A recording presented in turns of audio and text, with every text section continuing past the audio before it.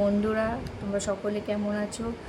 আশা করি ভালো আছো। তো আমিও খুব খুব ভালো আছি। তো আজকে যে কথাটা বলবো সেটা হচ্ছে, সেই টপিকটা হচ্ছে সোনাগাছি। এই শব্দটা তোমরা সকলেই শুনেছো। প্রায় লোকই সোনা বলতে পারো, কেউ বলবে না যে শোনোনি। তো বাচ্চা কাচ্চা বাদ দিয়ে সবাই শুনেছো। এবার সেটা শুনে কিন্তু আমরা ভাবি খুব খারাপ জায়গা, বাট জিনিসটা কিন্তু খুব খারাপ জায়গা না। তো আজকে সেই ব্যাপার নিয়ে আমি কিছু কথা বলবো। তো জিনিসটা তো অনেকটা বড় কথাটা, তো সেই কারণে নিশ্চয়ই আমি মুখস্থ করতে পারবো না, অসম্ভব। তো তোমাদের সামনে আমি নোট করে এনেছি, নোটটা জাস্ট আমি পড়ে পড়ে শোনাবো।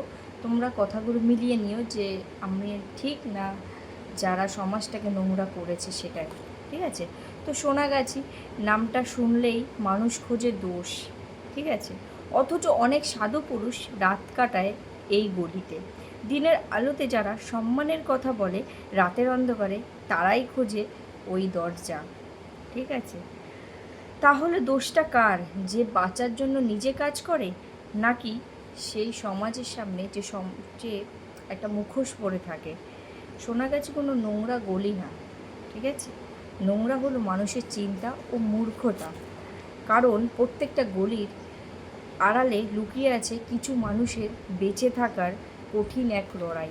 এটার মানে নিশ্চয়ই বুঝতে পেরেছে যে আমরা দেখুন, কেউ অভাবে নষ্ট হয়, ঠিক আছে, কেউ অভাবে নষ্ট হয়, আর কেউ স্বভাবে। সো প্রতিটা সোনাগাছিতে যে প্রত্যেকটা মেয়ে খারাপ হয় একদমই নয়।